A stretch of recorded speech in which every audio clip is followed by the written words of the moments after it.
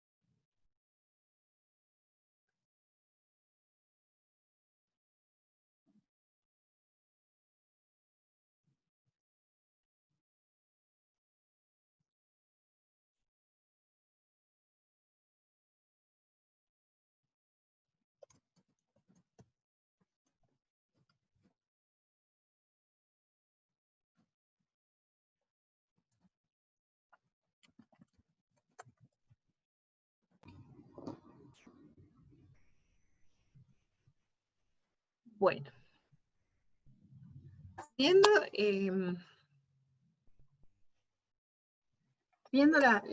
ya las 8:05, vamos a dar entonces inicio, ¿sí? Seguramente la gente que se va incorporando la vamos sumando después. Buenas noches a todos y todas. Esto es, digamos, otro más de los conversatorios que estamos ofreciendo. Mi nombre es Natalia Ferro, yo formo parte del área de educación de la Escuelita de Famayá, y hoy es la noche para escuchar a Armando Ávila, nuestro compañero, hablar sobre psicología y derechos humanos. Ustedes van a ver que tienen el chat habilitado para ir haciendo preguntas que les vayan surgiendo. Nosotros seguramente, o levantar la manito que tiene, digamos, tienen el mecanismo, entonces pueden levantar la manito, tienen de ahí un botón, y nosotros, digamos, volvemos sobre lo que haya que explicar. Porque la idea, si bien es cierto que el Zoom tiene como un diálogo semiestructurado, la idea es hacer esto lo más dinámico posible. Así que, bueno, Armando, te cedo el micrófono, llame silencio y voy admitiendo a la gente. Muy bien. ¿Se me escucha bien? Sí, bien. Bueno, primero que nada, gracias a todos por estar acá. La verdad que este espacio nos llena de orgullo. Veo a muchas caras conocidas. Bueno, estoy con Natalia, que es la que estuvo presentando, Natalia Ferro, Natacha, saludar a Natacha, ella es mi compañera, la coordinadora, que es Laura Bravo, que está por ahí también, y Gaby Agüero, también una compañera del espacio. Bueno, nada, soy Armando Ávila, soy psicólogo social, soy voluntario de la Escuelita del Espacio para la Memoria, y estoy en el área educativa con las compañeras que recién les nombré. Bueno, la idea es que puedan, que interrumpan, que vayan aportando o pidiendo aclaraciones de acuerdo a cómo vaya el conversatorio. Bueno, la idea es que podamos analizar algunas cuestiones históricas y presentes a partir de algunos conceptos de la psicología social, como crisis social y aprendizaje, ¿sí? Bueno, vamos a ver. Ahí está. Bueno, nosotros acá tenemos un fragmento de un texto de Ana Quiroga, ¿sí? Donde, bueno, Ana lo que hace acá es plantear a las situaciones de crisis como procesos en lo que una organización preexistente aparece como inadecuada o insuficiente y tiende a desaparecer. En este planteo, Ana lo que desarrolla es que en esas situaciones de crisis, ¿sí? los sujetos, las personas en una sociedad comienzan a vivir una sensación de falta de referente, una sensación de falta de sostén, comienzan a vivir, digamos, una suerte de desorden, ¿sí? Emocional, y que, bueno, es objetivo por la misma situación de crisis. Este desorden puede ser vivido como catastrófico en muchas ocasiones, y eso, bueno, genera, digamos, sufrimiento a nivel subjetivo. Como contracara a esto, también Ana lo que plantea es que este desorden, o esta situación de crisis, también representa posibilidades. Las posibilidades que representa están asociadas a, por ejemplo, la posibilidad que tiene el sujeto de disociar, ¿sí?, de manera operativa frente a esa situación de crisis. Disociar de manera operativa para poder, de alguna manera, integrar, ¿sí?, esas contradicciones que se ponen en juego en las situaciones de crisis, poder integrar y poder, de alguna manera, adaptarse activamente a esa situación de crisis a partir de, bueno, el aprendizaje que se puede dar en ese contexto de crisis. Nosotros vamos a ir profundizando un poco más en relación a esto. El aprendizaje de la psicología social, sí, está asociado a, bueno, poder aprender de la realidad para transformarla, transformando, ¿sí? Ese aprendizaje, bueno, esa idea de aprendizaje de la psicología social está vinculada a esta idea de conocimiento, en el que se plantea desde la psicología social que el conocimiento es un proceso inacabado e infinito, es decir, que durante toda nuestra vida aprendemos con diferente calidad, de acuerdo siempre a la edad que tenemos, a las condiciones sociales que tenemos. Y traigo esto de las condiciones sociales porque la idea de conocimiento desde la psicología social, bueno, está fuertemente vinculado a la práctica social, ¿sí? El conocimiento está condicionado, ¿sí?, por cuestiones sociales, la posibilidad de conocer. En relación a esto, les quería traer algo que desarrolla también Ana Quiroga, desde la psicología social, que tiene que ver con las matrices o modelos de aprendizaje. Las matrices o modelos de aprendizaje también están socialmente determinadas. Hay, digamos, un desarrollo teórico de la psicología social en la que se plantea que estas matrices, primero que nada, son matrices móviles, ¿sí? Son una estructura que se va estructurando a lo largo de nuestra vida, y que también está condicionada por cuestiones sociales. Una cuestión fundamental en las matrices está relacionada con, por ejemplo, las cuestiones de clase, ¿sí? Con las cuestiones de clase. Acá hacemos referencia con las cuestiones de clase a que, por ejemplo, no es la misma manera, por ejemplo, en la situación por la que estamos atravesando hoy, socialmente, no es la misma esta organización o modelo, no se está estructurando de la misma manera para un chico que vive, no sé, en Buenos Aires, ¿sí?, en Capital, que para una persona que... ¿pueden apagar el micrófono, por favor? Bueno, no se estructura de la misma manera que para una persona que vive, no sé, en un área rural o acá en la capital, no sé, de Tucumán. Estas cuestiones de clase van a determinar ciertos elementos en las condiciones concretas de existencia de los sujetos. En la vida cotidiana de las personas, los sujetos se van a ir relacionando con el conocimiento, van a tener acceso a determinado conocimiento, acceso, no sé, a recursos culturales, acceso a determinadas instituciones educativas, y eso, ¿sí?, va a estar determinado, como plantea acá el concepto, por fundamentalmente cuestiones de clase. Esta cuestión socialmente determinada, en lo que refiere a matrices, plantea una cuestión. el hecho de que esto plantee que esté determinado por lo social y no definido, plantea la posibilidad de que eso se vaya modificando a lo largo de nuestra vida, ¿sí? Por ejemplo, nosotros el otro día charlábamos con nuestras compañeras. En el espacio para la memoria recibimos a muchos alumnos, ¿sí? A muchos alumnos que vienen de escuelas o instituciones.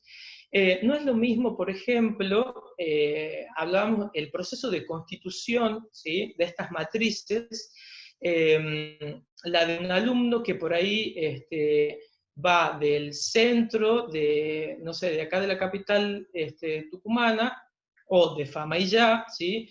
Que es el lugar donde está el espacio para la memoria, que por ejemplo, los chicos que han asistido al espacio para la memoria de los hogares, ¿sí? Hay acá institutos proteccionales en Tucumán, ¿sí?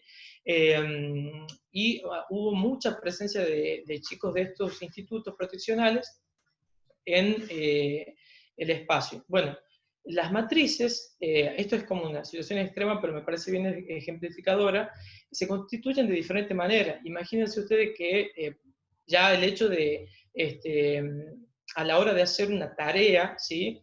Un chico de un hogar la tiene que hacer de manera comunitaria con un montón de otros chicos que circunstancialmente viven con él.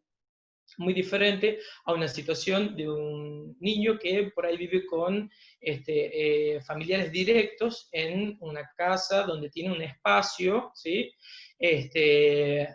Para poder, bueno, hacer sus deberes, para poder, no sé, instancias en las que puede tener una atención de un adulto que esté cerca de él, o incluso en estos modelos familiares, digamos, más convencionales, hay mucha diferencia en la construcción de las matrices cuando un niño,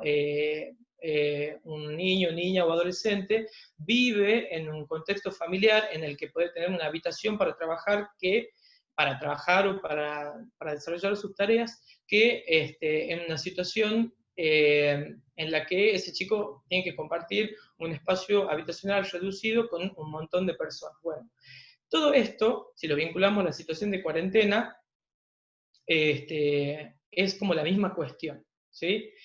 Hoy las matrices y el nivel de por ahí, sufrimiento subjetivo que puede estar generando la pandemia, ¿sí? Es diferente y eso, como les digo, está atravesado fundamentalmente por cuestiones de clase. Lo mismo pasa con el aprender a aprender. El aprender no es una cuestión que viene dada, no es que uno nace, se incorpora a este mundo, que es un mundo además que tiene una historia, y aprende como una cuestión dada. Uno aprende a vincularse determinado por cuestiones sociales, aprende a vincularse con el conocimiento, aprende a vincularse con maneras de, no sé, de aprender a relacionarse con sus pares, maneras de aprender a relacionarse con adultos, con la institución educativa, con sus necesidades, con sus sentimientos, ¿sí? Entonces, esto también es una cuestión que es fundamental entenderla, sobre todo a la hora de pensar en en los alumnos en el aula, ¿no? Hay una cuestión, digamos, que muchas veces tiende como a homogeneizar, ¿sí?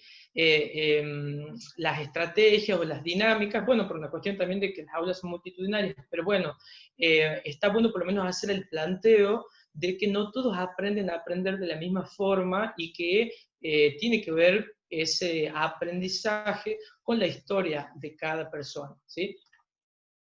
Bien, bueno, tenemos la cuestión de crisis social, aprendizaje, matrices de aprendizaje, y a esto yo elegí vincularlo al criterio de salud de la psicología social, ¿sí? Bien, el criterio de salud de la psicología social básicamente está vinculado con la posibilidad de aprendizaje, ¿sí? Es decir, establecer una relación con la realidad, ¿sí? Que nos permita aprender de esa realidad para transformarla. Y en ese aprender nos transformamos, ¿sí? Hay una transformación en nosotros en el acto de conocer, en el acto de aprender. Entonces, hay una fuerte vinculación, ¿sí? Con la idea de aprendizaje y el criterio de salud mental de la psicología social. Solo en situaciones, digamos, de una extrema patología no hay un aprendizaje de la realidad. Hay en situaciones de extrema patología una pérdida de ese vínculo de aprendizaje con la realidad que nos circunda. Entonces, este es el planteo que trae la psicología social, y en relación a este planteo, yo lo que digo, de manera autoritaria casi, es que la escuelita de Famaillá y los espacios para la memoria, ¿sí? En general, ¿sí? Son además espacios para la promoción de salud mental. ¿Por qué para la promoción de salud mental? Porque, bueno, si lo vinculamos a las cuestiones que venimos trayendo en relación a la idea de crisis, a la idea de aprendizaje, la escuelita de Famaillá no es, digamos, un espacio material y simbólicamente aislado. No, para nada.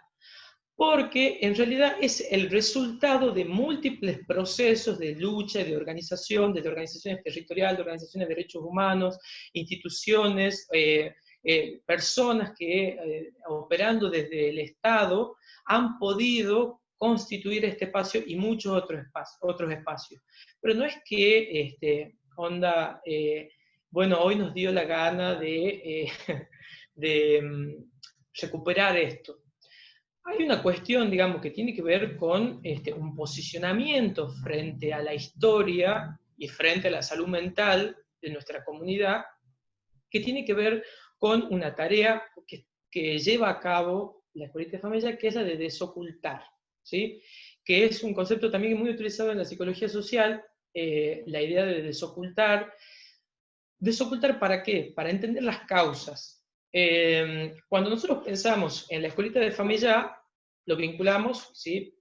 Capaz que alguien por ahí no sabe, al operativo Independencia, porque este centro clandestino de detención y torturas funcionó durante el 75, de febrero del 75, desde febrero del 75 hasta más o menos el comienzo de la dictadura. Entonces, uno lo vincula a ese año, ¿sí? Por acá, ya contaron los anteriores conversatorios, pasaron miles de personas, no hay un número exacto, si mal no recuerdo, más de 2.000 personas han pasado por el espacio. Entonces, la situación de recuperar el espacio y la situación del operativo Independencia no son hechos aislados a lo que ha sido el cierre de los ingenios, las dictaduras previas, a lo que ha sido el Plan Cóndor, digamos, todo tiene una vinculación que, como ya lo comentó Laura, esto tiene oculto, digamos, implícito de alguna manera la cuestión de instalar modelos económicos, ¿sí? Donde lo que prima es la desigualdad. Bien. Entonces, nosotros tenemos al espacio para la memoria, a la escuelita de Famaillá, ¿sí? Hoy, como este espacio para la promoción de salud mental, ¿sí? Pero porque ha podido tomar, ¿sí? Develar las causas, ¿sí? Que han generado, develar las causas, ¿sí? Que han generado que estos hechos ocurran en este espacio, en esta provincia. Entonces, cuando uno se pone a indagar un poco más, se da cuenta de que en realidad el proceso del operativo Independencia estaba ligado a también un plan sistemático, ¿sí? Que lo que venía a proponer era, bueno, nosotros implementamos este plan sistemático de violación a los derechos humanos en Tucumán, y después, al funcionar ese plan es llevado a todo el país, ¿sí? Eso se extiende por todo el país desde el comienzo de la dictadura. Este proceso del operativo Independencia se dio en democracia. Bien, entonces, las organizaciones de derechos humanos, todos estos actores que desde una posición activa, desde un aprendizaje, ¿sí? Han tomado la posta y han comenzado a luchar por reivindicar estos espacios, tenían esa lógica, y tienen esa lógica, que es, ¿sí? La de tomar estos espacios donde han ocurrido los hechos más atroces, por lo que puede pasar a un ser humano, y se instalan acá, ¿sí? Nosotros formamos parte de este espacio hoy, ¿sí? Y acá, bueno, tenemos la foto de la inauguración del espacio de hace algunos años. Y sí, afirmamos que es un espacio para la promoción de salud mental por estas cosas que yo les traigo. Entonces, los sujetos que componen hoy esta institución entienden que la historia, ¿sí? Que tiene este lugar es fundamental, ¿sí? Es fundamental en el sentido de poder trabajarla, ¿sí? De poder abrirla a la comunidad. Por eso el espacio se abre a la comunidad, ¿sí? Porque ayuda también a que las comunidades puedan ir entendiendo qué ha pasado ahí. Esta escuela, para los que no saben, está en un barrio, ¿sí? Hay casas que la circundan, ¿sí? Entonces ya el hecho de poder abrir esta escuela, por ejemplo, para esas personas que han escuchado gritos, que han visto helicópteros llegar, que han sido en muchos casos obligados a colaborar con comida o una serie de acciones, bueno, ya con solo ese hecho, ¿sí? Nosotros planteamos que lo que viene a hacer el espacio es a promover salud mental. Bueno, como les digo, desde la apertura del espacio, desde, por ejemplo, la decisión estratégica hoy en día de que el espacio articula con otras instituciones, pero la decisión estratégica está, y la decisión es que toda persona que pase por el espacio, sí o sí, tiene que hacer un recorrido guiado, ¿sí? Tiene que conocer la historia de lo que ha pasado en este lugar. En ese sentido, lo que hace el espacio es toma esas cuestiones, ¿sí? Toma la historia, la promueve, la abre a la comunidad, la abre al sistema educativo, ¿sí? Y además, desde ese aprendizaje que está vinculado a la posibilidad de promover derechos humanos, también toma otras cuestiones más amplias en relación a los derechos humanos, ¿sí? ¿Y cómo lo hace? Bueno, cuestiones más amplias, quiero decir, todo tipo de situación en la que una persona vea violados sus derechos humanos, hoy son tratados y abordados en este espacio. Bien. Acá hay una cuestión que es, volviendo, lo que hace la escuelita es romper con esas ideas dilemáticas respecto a las situaciones de crisis social, ¿sí? Reivindica la posibilidad de aprendizaje frente a las situaciones de crisis. Nosotros, por ejemplo, tenemos, en estos recorridos, ¿sí? Lo que se hace es no solo poder entender qué es lo que ha pasado ahí, sino poder entender cuáles han sido las razones por las que han ocurrido esas cosas, digamos. La situación de crisis social de ese momento tenía que ver mucho también con que había contradicciones que se habían vuelto antagónicas, porque por un lado teníamos la posibilidad de instalar un modelo económico, ¿sí? Y por otro lado teníamos la lucha de las organizaciones.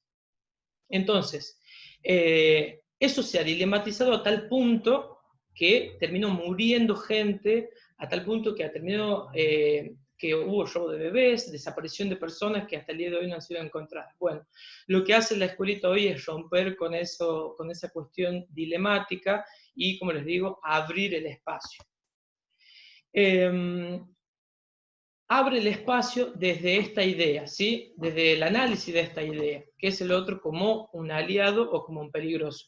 Uno podríamos decir de los mayores éxitos que ha tenido el proceso de la última dictadura, y que ha sido construido durante décadas, ha sido la cuestión de ver al otro como peligroso, ¿sí? De la construcción de una otredad en la que no se puede confiar. ¿Quién es el subversivo?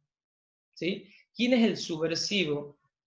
Es el estudiante, es el amigo del estudiante, es el vecino del amigo del estudiante, es el primo del amigo del vecino. Bueno, esa cuestión hasta indefinida, vinculada a lo subversivo, ha generado que sea exitosa la idea de la ruptura de los lazos sociales en, por ejemplo, en la comunidad tucumana, que ha perdido mucha de esa organización, porque había una juventud y movimientos sociales durante estos periodos dictatoriales, operativos de independencia y instancias previas de sindicalización, de la organización de los cañeros, que era un movimiento muy importante y que les resultaba peligroso a estas ideas que se querían instalar. Entonces, en ese sentido, sí ha tenido éxito. Y lo que viene a ser el espacio para la memoria y todos los espacios para la memoria del país es a romper con eso, a que la comunidad, como vemos acá, los alumnos, ¿sí? Puedan relacionarse con esta historia desde otro lugar. Esta foto, si mal no recuerdo, es de una clase de música de Gaby dentro del espacio para la memoria. Disculpe. Tiene, Sí, sí, sí. perdón, ¿no? Tiene la palabra Anto, que quería hacer un Sí. comentario. Bien, bien. Sí, bueno, también quería agregar a lo que dice Armando, de que también el tiempo de la dictadura ha instalado el quedarse callado, el no opinar, el no meterse en lo que le pasa al otro, también como ejemplo de lo que traía Armando. El no Claro, meternos, claro. el quedarnos callados y eso. Y ese silencio, ¿sí? Termina siendo un silencio patológico, termina siendo un silencio que enferma. Eso se ve claramente, bueno, si en algún momento, no sé bien cómo es la distribución de este libro, pero hay una compilación que es esta, con la que nosotros se ve, con la que nosotros trabajamos mucho, que es una compilación de el diario del juicio. Es una compilación de notas que se han hecho con las declaraciones de las víctimas que han pasado por la escuelita, ¿sí? Acá están esos relatos tan importantes, ¿sí?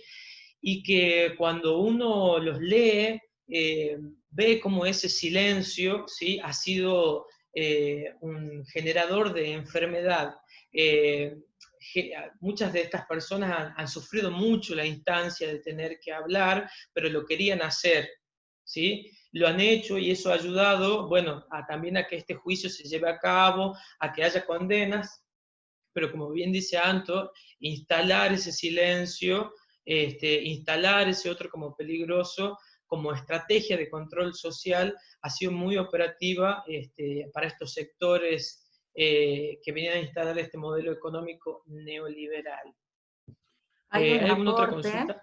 sí, hay un aporte de Lili, que dice, Lili Ferro dice, visibilizar la construcción de los enemigos internos por parte de los opresores es sin duda una de las principales claves a la hora de construir el relato histórico, ¿no? Así es.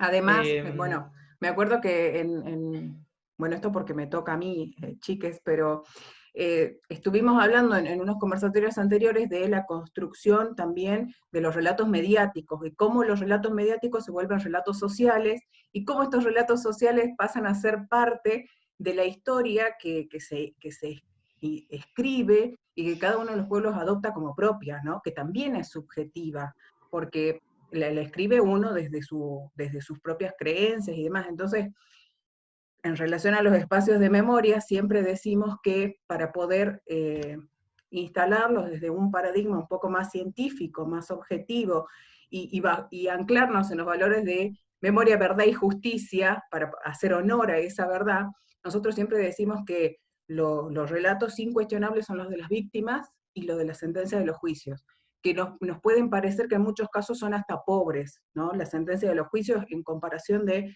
los delitos de los que hablamos. Pero esos son inapelables, o sea, uno no puede opinar, o sea, son de lo que con Natalia siempre decía también, no se opina sobre eso, sobre una verdad que ya está comprobada científicamente, probada por la justicia, y que además tenemos víctimas que te están dando en primera persona su relato, es como que es imposible opinar subjetivamente porque uno está como al margen de toda esa realidad que ya está casi resuelta, ¿no? Uh-huh.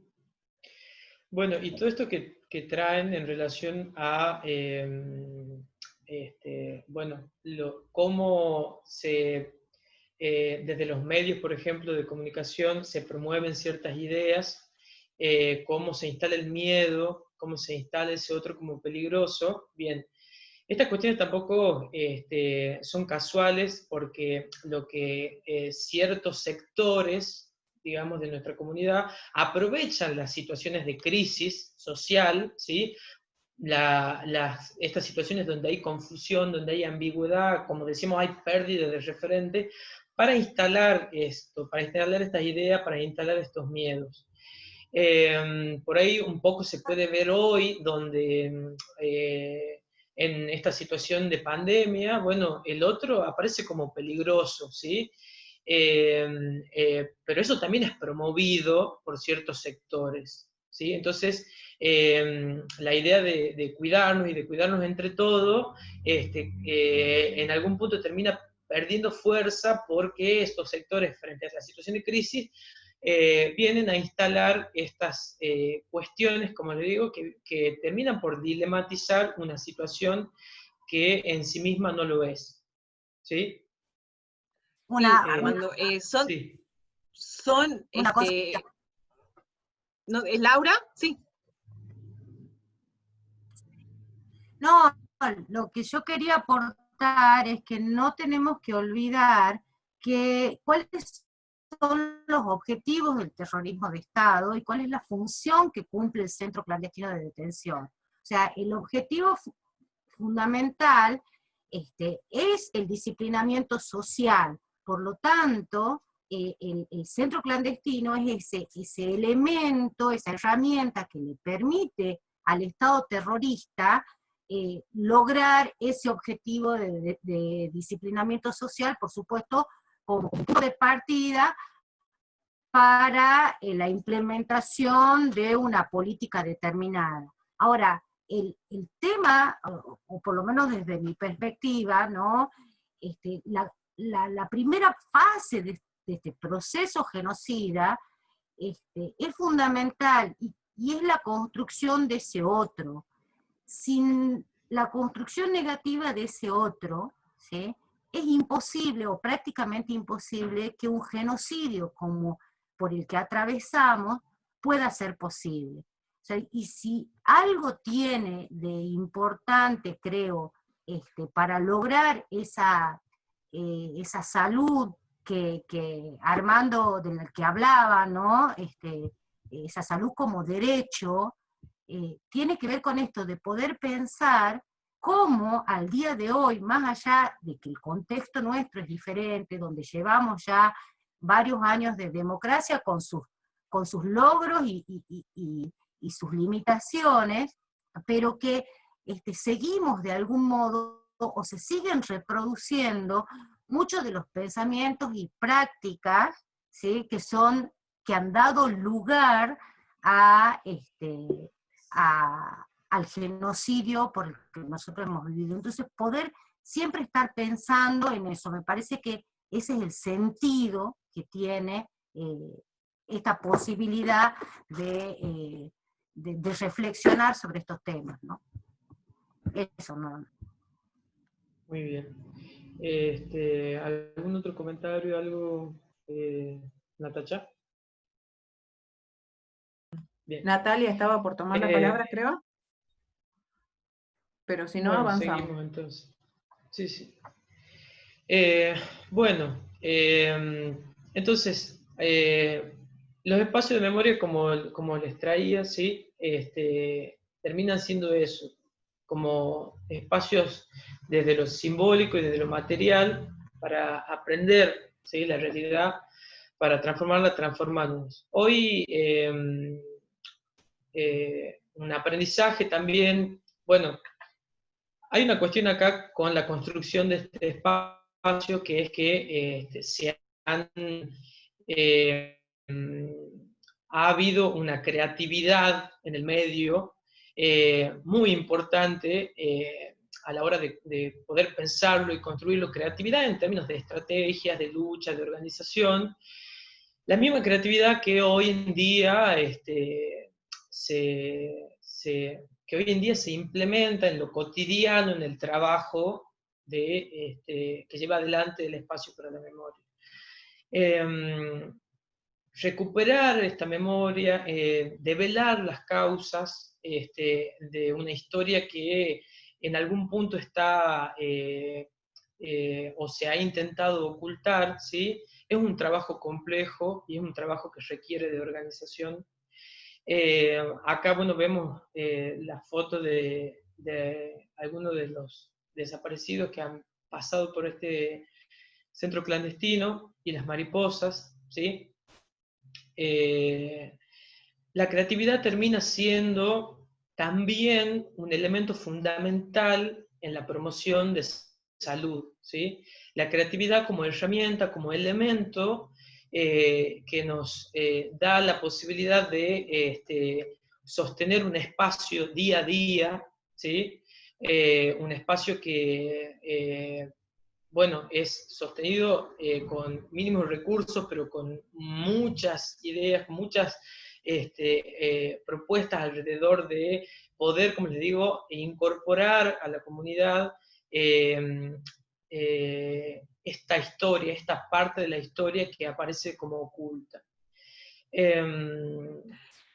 Armando, sí. ahora sí pido disculpa la palabra, porque en realidad, digamos, con respecto a esto que vos decías, del tema del espacio, digamos, también en esta cuestión de transformar la realidad transformándonos, también tiene que ver esta cuestión también de que el mismo espacio, al ser el espacio social, ¿sí? Al ser un espacio, digamos, todo espacio es social, también va transformándose ese mismo espacio en términos de representación hacia la comunidad, ¿no? Esta foto justo que vos traes es parte de una propuesta que armamos en su momento para visibilizar y tender un puente, porque aquí es necesario, sí, digamos, recuperar que el espacio que fue pensado como escuela pasó a ser, digamos, utilizado antes de ser inaugurado como un centro clandestino, después se utilizó como escuela, y después, digamos, fue recuperado como espacio. Entonces, para la comunidad, cuando nosotros ingresamos justamente a trabajar, una de las primeras propuestas fue precisamente recuperar qué ideas tenía la comunidad de lo que sucedía en ese que era un espacio de memoria. Y muchas justamente de las ideas giraban en torno a un museo, porque era, digamos, la idea más próxima, la representación más próxima. Entonces, cuando llegaban al espacio, era esta cuestión, digamos, de, bueno, no, pero si esto es un museo, esto está vacío, acá esto está descuidado, ¿y por qué está vacío? Y esa misma idea también, porque, digamos, hay una musicalidad, pero también hay un silencio, y entonces, ¿qué sentido le vamos dando a este silencio? Si este silencio lo vamos interpretando, no tiene ya la música de la escuela, tiene entonces ese silencio, y ese silencio están los fantasmas que empiezan a aparecer, porque digamos la gente dice, no, acá espantan, es una de las preguntas más recurrentes que nosotros tenemos, y que de hecho la tomamos y decimos que está vinculado a la cuestión mítica, de lo que no se habla, emerge o retorna, como justamente la cuestión precisamente del fantasma, ¿no? De lo fantástico, digamos, en términos ya literarios. Pero hay estrategias o modos en esto que vos decías, digamos, de lo que es una creatividad puesta al servicio de acercar, con una noción también misma de memoria como algo dinámico, como una construcción colaborativa, ¿bien? Y conjunta, en donde uno, digamos, fue pensando estas estrategias para vincular ese espacio desde otro lado a esa comunidad que tiene justamente también que desaprender ese olvido obligatorio de acá esto no sucedió, y empezar a, digamos, a conectarse con ese espacio que es una cicatriz histórica, porque ahí sucedieron cosas, y sucedieron cosas tremendas. Entonces también el espacio se transforma, y uno transforma su percepción del espacio. Y ahí, digamos, es donde se pone en juego ese desaprender, y se mueve o se moviliza, o uno se propone que se mueva esa estructura, esa matriz de la que vos hablabas, ¿no? Es como un aporte desde quienes llevamos ya trabajando largo tiempo en el espacio. Perdón, Bien, ¿puedo hacer gracias, un Nati. pequeño comentario? Sí. Vos Sí, sabés sí. que siempre nosotros comentamos una experiencia de unos nenitos que fueron a visitar el espacio, y lo que nosotros sentimos que, no sé si solo en los espacios de memoria, creo que en general todo lo que, volviendo a hablar de esto de aprender a aprender y ese mismo desaprender también, ¿no? Y esto de transformar la realidad y transformarnos a nosotros, me hace acordar a unos nenitos que fueron a visitar el espacio, deben haber tenido 11 años, y ellos, como habían aprendido en la escuela, y muchas veces los relatos de la escuela están atravesados por una pedagogía del horror, ¿no? A veces eso es otra cosa en la que en otro momento también trabajaremos. Pero los nenitos estaban como muy preocupados por saber cuáles eran las aulas en las que más o menos mutilaban gente, ¿no? Las celdas o los espacios en donde se mataba a la gente. Y en realidad este morbo, que también constituye esta historia y que también conforma las ideas y los preconceptos con los que ya viene cargado, ese saber, esa subjetividad, ¿no? Se encuentra con otra realidad que está ya atravesada, reconstruida, que ha sido trabajada, y termina saliendo una tercera construcción, que es la construcción que sintetiza esto que conocía primero, o que le habían contado, esto con lo que se encontró, y después sale un tercer producto, ¿no? Que después se va a seguir replicando y se va a seguir retransformando, ¿no? Pero miren de significativo que es, porque el nenito en un momento dice, yo le conté que se hacían investigaciones en las paredes, porque se estaba buscando con algún líquido que es un reactivo a la sangre, y que podíamos quizás hasta tener alguna evidencia científica de pruebas, digamos, de gente que haya sido torturada o asesinada en los espacios. Yo lo que dije es que íbamos a buscar pruebas en las paredes. Y el nenito después me preguntó, disculpe, ¿me puede contar bien cómo degollaban a la gente? Imagínense toda la carga subjetiva con la que ya venía, porque se imaginó que yo le estaba hablando de una especie de asesinato ahí que no se lo contamos, pero estoy hablando de estas cosas con las que ya carga la historia de la gente que llega a nuestros espacios, cualquiera sea, más la que nosotros le brindamos, y cómo genera una tercera, y cómo es importante constantemente trabajarla, porque nunca es la que nosotros, no, ese resultado final, después de que nos pasamos hablando un montón de horas, tampoco era el relato con el que pretendíamos que salga. Entonces miren si no es significativo constantemente retomar esto, creativa, de crear creativamente estos espacios y resignificarlos, porque tenemos que trabajar un montón de cosas acumuladas que ya vienen en la conciencia, que ya vienen de forma inconsciente como guardadas, y que en realidad van construyendo relatos, simbologías, experiencias, que nosotros tenemos como que con mucha responsabilidad trabajar, de construir, y eso implica también hacernos cargo de transformarlas nosotros para poder dárselos a otros, ¿no? Sí, sí, sí. Bueno, eso es un poco lo que quería plantear con esta diapositiva, con esta filmina. El espacio para la memoria, ¿sí? Trabaja, ¿sí? Desde recuperar el pedazo de memoria arrasada, como plantea José Top en un artículo más que interesante sobre esto, sobre lo que nos identifica, sobre qué nos pasa cuando ese otro que nos identifica desaparece, qué pasa cuando las fotos que me identifican son quemadas, qué pasa cuando me sacan de mi casa, qué pasa cuando no puedo ver más a mis familiares, qué pasa cuando me paso meses encerrado en una habitación oscura, ¿sí? Bueno, todas esas cuestiones, estos elementos que plantea muy bien Natacha, que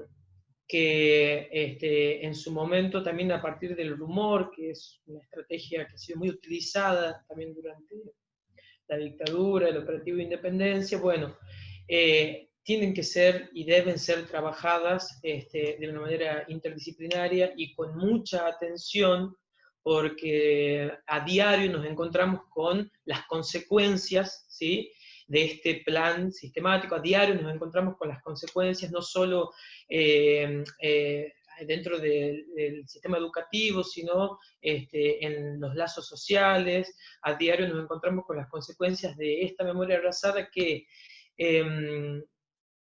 como les digo, en última instancia tenía por objetivo romper esos lazos sociales.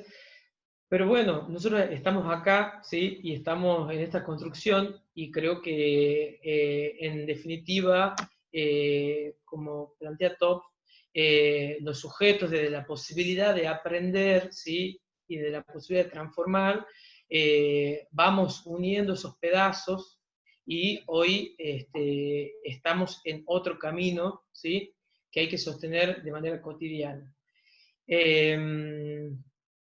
Bueno, ya para ir terminando, la verdad es que para los que no conocen el espacio, es invitarlos a que lo conozcan. Hay actualmente disponible un recorrido virtual, si mal no recuerdo. ¿Es así, Natalia? En realidad hay una serie de imágenes de los espacios que está el recurso compartido también en la página, una visita a los distintos sitios está compartido en la página de Facebook de la escuelita, ¿bien? Y también pueden escribirnos pidiéndonos recursos, banco con bibliografía también para conocer, y links también con videos sobre la historia de cómo esto se ha ido conformando como un espacio, qué es lo que sucedió efectivamente ahí. Bien. Bueno, y nada, ahora podríamos, si quieren hacer algunos comentarios o algunas consultas, avanzar sobre eso. Yo quisiera aportar algo respecto de que me parece muy lindo, muy interesante. Yo he hecho algunas acotaciones a toda esta clase que es linda. Yo soy arquitecta, por lo tanto creo en el valor del espacio, ¿no? El valor del espacio vinculado a diferentes actividades. Por un lado, la resignificación de toda esta historia tan tremenda, y por otro lado, la puesta en valor, que sería más que una puesta en valor, una señalización del dolor.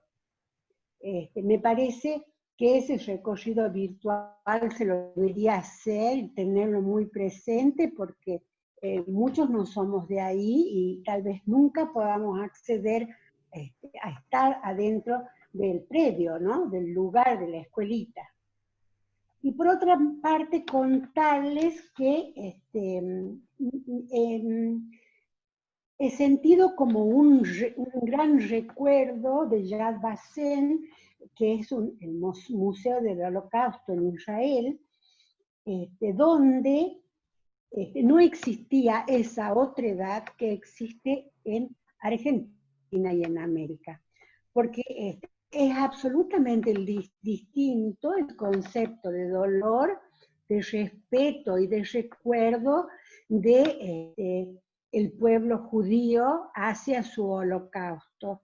En cambio, nosotros todavía tenemos que trabajar con mucha fortaleza, por eso yo le agradezco desde mi condición de familia de muchos desaparecidos y muchos reencontrados, gracias a Dios, porque esa otredad aún en América es cómplice, existente, es opositora,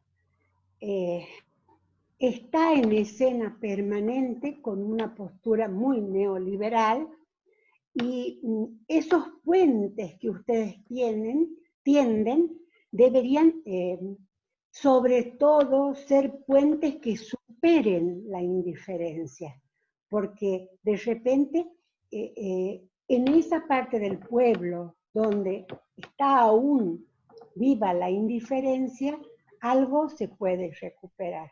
En cambio, en la otra edad cómplice, estamos volviendo a las mismas historias. Así que es todo lo que quiero decir, y me encantaría así contar con ese recorrido virtual, con todos los antecedentes, y además a lo mejor puedo contribuir desde mis conocimientos para ayudarles a hacer un recorrido si me mandan planos o alguna cosita, y además fotos, ¿no? Muchas gracias. Muchas gracias a vos, Ana Marisa. Una cuestión, no sé si iba a decir algo. Sí, no, estaba pensando en lo que recién expresaba esta compañera, que en el caso nuestro, pensemos que el tiempo también y las políticas de Estado son las que han ido modificando, más allá, lo que sí no tenemos que perder de vista es la lucha de los sobrevivientes y los familiares, ¿sí? Hoy, la verdad que la lucha de las madres y las abuelas por la memoria ha sido fundamental, sobre todo en momentos en donde había un Estado ausente en relación a la memoria, ¿sí?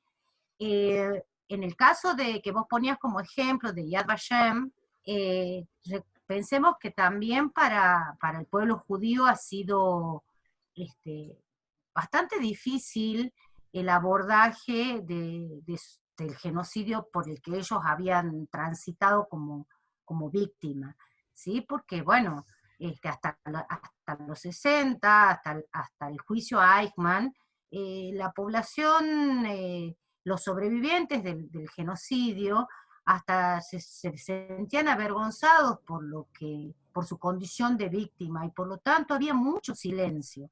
El juicio a Eichmann es como un punto de inflexión donde se modifica y donde también el Estado de Israel toma o inicia toda una política vinculada a la memoria.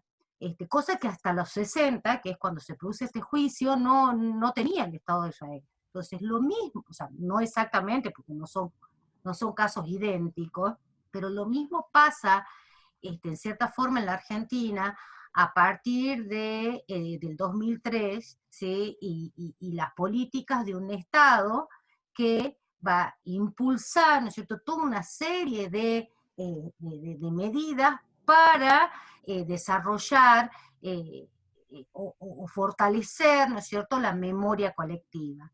Entonces, en relación a nuestro trabajo, ¿sí?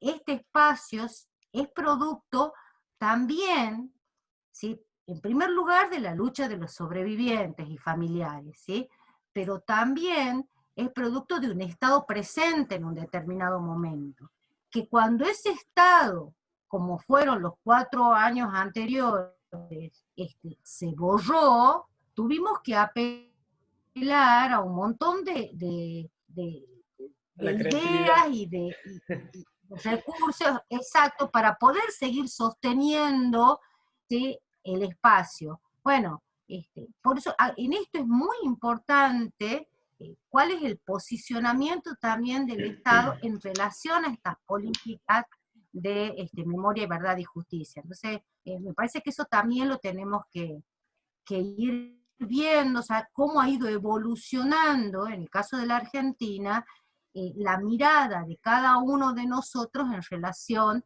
a ese pasado que nos atraviesa a todos y que nos duele a todos. Por supuesto que de diferentes maneras nos duele, ¿sí?, pero que nos afecta a todos, porque sobre esto, y lo que siempre decimos, hay mucha opinión, hay mucha opinión, todo el mundo tiene algo para opinar, y muchas veces esa opinión está bastante alejada de la realidad, ¿m?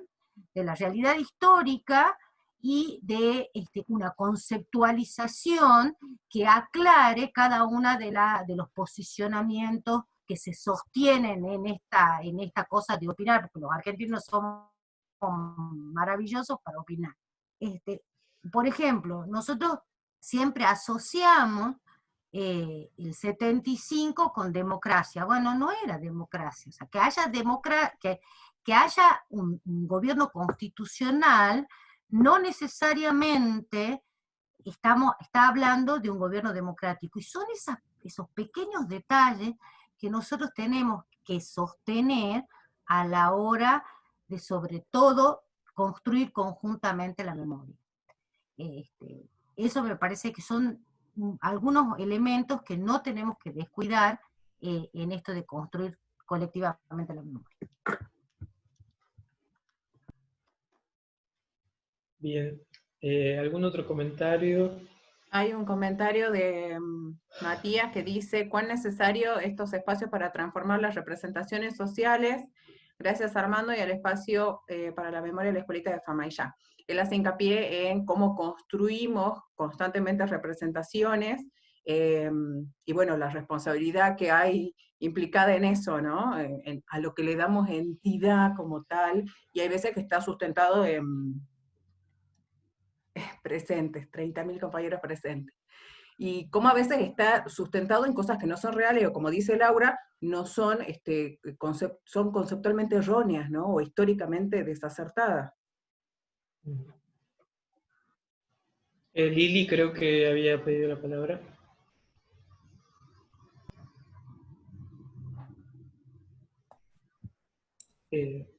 Listo. Ahí le encontré el botón, perdón. No, quería hacer una aclaración, porque yo había comentado en un momento de la charla de que estabas hablando, Armando, esta cuestión de visibilizar fuertemente cuando se construye el relato histórico de un espacio de memoria, el tema de la construcción del enemigo interno. Hablaba en términos de no de reemplazar la construcción al relato de los testigos, porque quería que eso quedara claro. Digo, me parece que los sobrevivientes y los testigos son los que fundan el relato, no existe relato sin ese relato, sin el relato de las víctimas, de las madres, de los sobrevivientes, de los familiares, no existe, digamos. Me refiero a que incluir en ese relato, para hacer una articulación con el presente, esa construcción del enemigo interno que utilizó la dictadura y que sistemáticamente en la línea de tiempo de la Argentina se utilizó por todos los gobiernos opresores, digamos, para garantizar de alguna manera el exterminio de algunos enemigos supuestamente internos, como el de los pueblos originarios, como el de los anarquistas, como el de, digamos, que es una constante, como lo de los subversivos en los 70, y cómo pueden ser hoy los chicos con gorrita, los pibes que viven de barrios marginados. Digo, construir en esa línea, incluir en el relato que esa construcción de ese enemigo interno sucedió desde la fundación del Estado en la Argentina y sigue sucediendo por diferentes razones, tanto sean económicas, sociales, culturales. Es una constante que no nos tiene que anular el hecho de que haya sido puntualmente la dictadura, digamos, porque si no nos resignificamos nuestra función y rol dentro del espacio, y corremos el riesgo que esas prácticas vuelvan a repetirse. Creo que si los pibes se van del espacio de memoria, sabiendo que esto fue una constante, teniendo en cuenta que tienen que estar alertas, digo, como que bueno, que con eso solo ya enarbolamos todas las banderas de las madres, de los pibes de esa generación que nos sacaron, digo, de alguna manera hacemos transformación. Gracias. Sí, lo que nosotros, gracias Lili, lo que nosotros también hacemos justamente cuando arrancamos la visita es también empezar, o las capacitaciones o las actividades que propongamos, es siempre sostenemos la pregunta de qué pasado está hecho nuestro presente, ¿no? Entonces lo que intentamos precisamente es historizar esta cuestión, digamos, que persiste en la sociedad, y que también quizás probablemente eso también remita a lo que había planteado la compañera antes con respecto, digamos, cuando hablaba de los distintos grupos, que imagino que estaba diciendo la parte de la sociedad que es negacionista todavía, o que se aferra, digamos, a esto de, bueno, algo habrán hecho, y el algo habrán hecho se sigue reactualizando, digamos, para o sea, lo que se visibiliza, digamos, las contradicciones del mismo tejido social, ¿no? La fragilidad de ese mismo tejido social que arrancó en su momento, digamos, ya con el terrorismo de Estado, o que fue profundizada, digamos, durante el terrorismo de Estado, ¿no?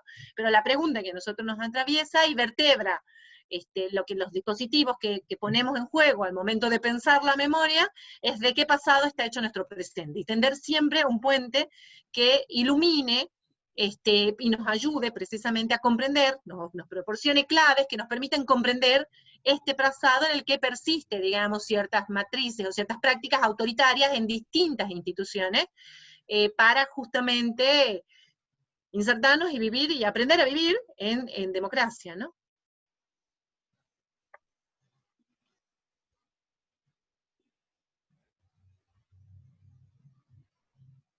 Bien. Si me permiten, yo quiero rescatar acá una cosita, una notita que tomé, que dijo, creo, si no me acuerdo, mal no recuerdo, la compañera de La Rioja, que dijo como que no tenemos materialidad y por eso la importancia de un recorrido virtual o algún espacio, ¿no? En este contexto actual, que es crisis, y que es esta crisis que traía Armando, de esta pandemia, de esta cuestión que nos atraviesa en tantos ámbitos, y que ha llegado a nuestros espacios de trabajo también, y a nuestros espacios formativos,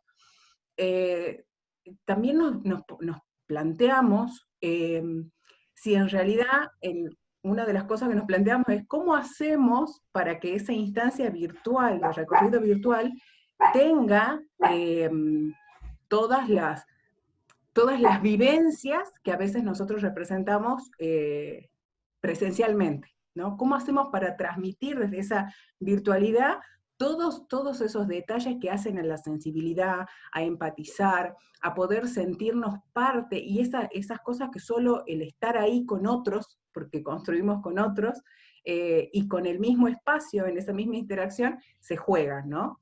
Entonces, quizás eso era lo más difícil de lograr y de pensar cómo hacíamos eso, cómo lo llevábamos a eso a la virtualidad.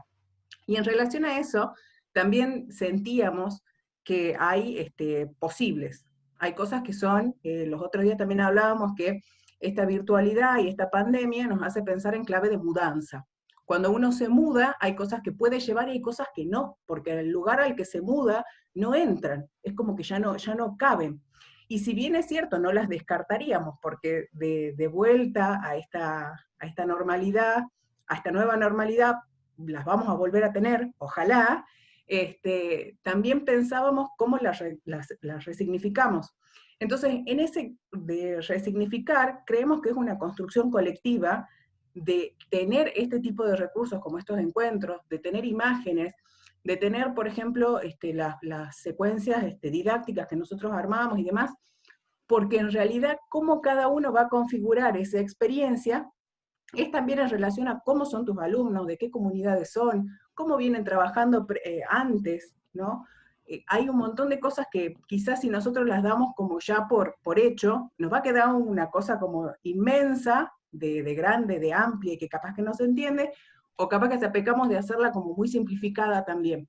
Entonces, por eso creemos que el recorte lo tiene que hacer cada uno de ustedes, también como coformadores, teniendo a mano todo lo que nosotros podemos ofrecer, y por supuesto que sí lo pensamos, pero creo que nos hace falta también pensar juntos qué va dentro de esta virtualidad, de qué se lleva de nuestros espacios a esta virtualidad, cuáles son los indispensables y cuáles son, en la clave de la mudanza, las cosas que tenemos que son insustituibles. En relación a eso también hay una cuestión que en esto de lo que se abre y de lo que posibilita esta situación de crisis, ¿sí?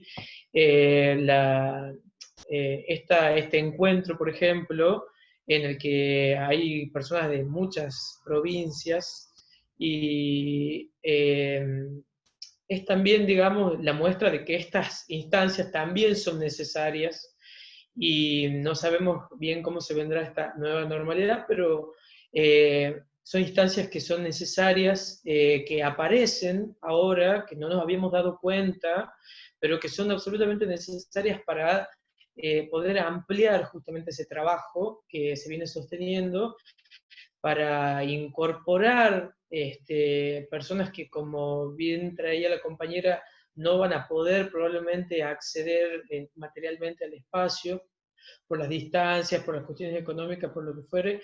Entonces, en eso que abre esta situación pandémica, lo que abre es, bueno, abre miradas y nos abre a posibilidades que no estábamos viendo. Y de eso se trata el aprender, ¿sí? De las situaciones de crisis.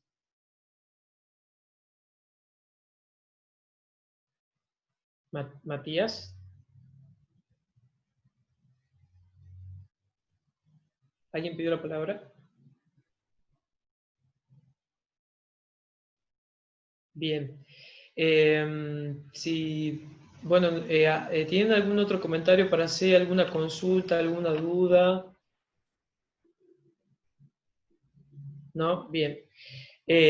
Bueno, para cerrar, yo me tomé el atrevimiento de poner una frase de Pichón Rivière. Hoy es el Día del Psicólogo Social, así que nada, un saludo a todos mis colegas que andan por acá. Y bueno, y esta reflexión que hace Pichón es un poco de lo que hemos estado hablando acá, ¿sí? La idea de gestar proyectos colectivos, hoy este encuentro forma parte de eso. Como bien traía la compañera, hay que ver cómo se sigue construyendo esto para que no sea tan plano, digamos, como hablaba con Natalia, y bueno, en ese sentido, como creo que ha quedado claro en el conversatorio, el otro es fundamental, ¿sí? El otro es clave, y estos proyectos que nosotros planteamos tienen ese sentido. Como tenía la compañera, la otredad como un aliado, como un compañero, como un continente y como un horizonte.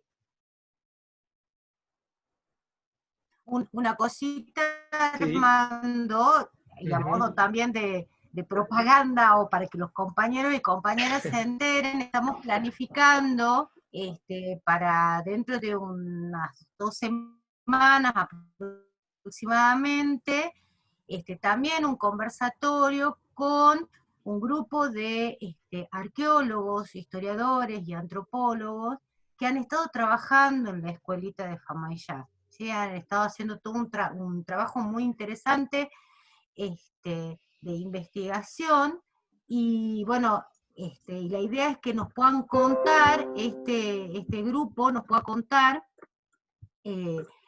cuál ha sido, o cómo ha sido su trabajo y a qué conclusiones han llegado en relación al espacio, y también estamos pensando para también dentro de unas 2 semanas,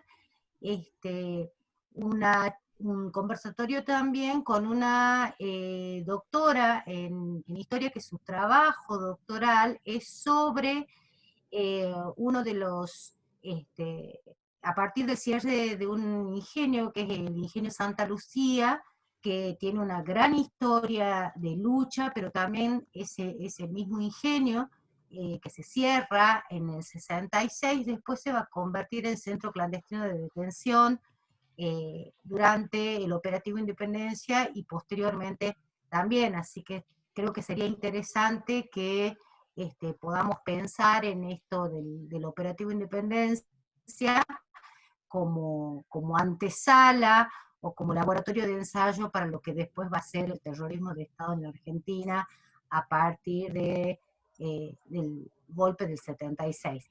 Así que, bueno, eso quería contarles que eso se está programando, así que ya están invitados. Seguramente va a salir el flyer con la invitación.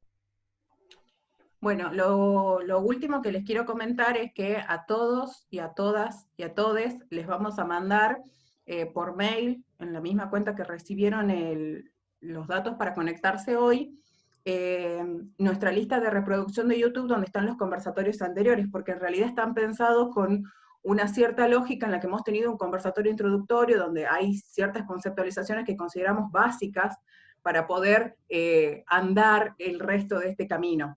Y a los que se han sumado ahora, también estaría bueno como que vean, porque hay como también, es un ciclo, ¿no?, de conversatorios lo que nosotros hemos armado, y si bien eran individuales y trabajaban como cuestiones muy particulares, en conjunto hace un abordaje bastante integral y bastante interesante, que la verdad que no tiene desperdicio.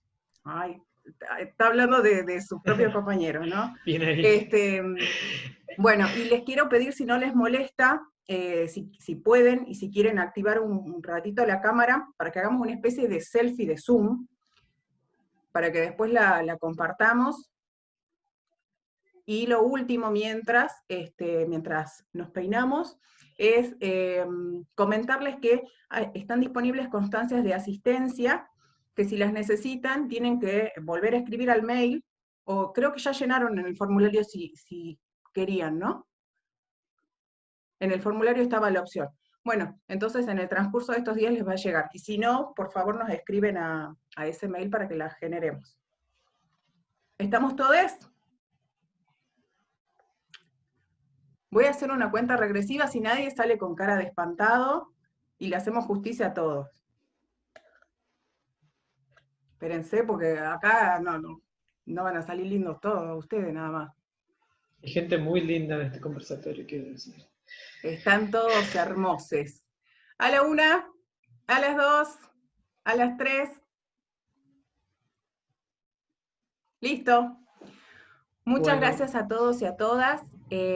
Ojalá nos encontremos pronto. Y bueno, que tengan muy buenas noches y feliz día del psicólogo social. Adiós. Bueno, muchísimas gracias a todos, gracias por el tiempo. Bueno, miren si pueden los anteriores y nada, también si hay algunas propuestas, lo que quieran mandar al mail, lo pueden hacer. Nada, muchísimas gracias, fue un placer compartir este espacio. Muchas gracias. Chao.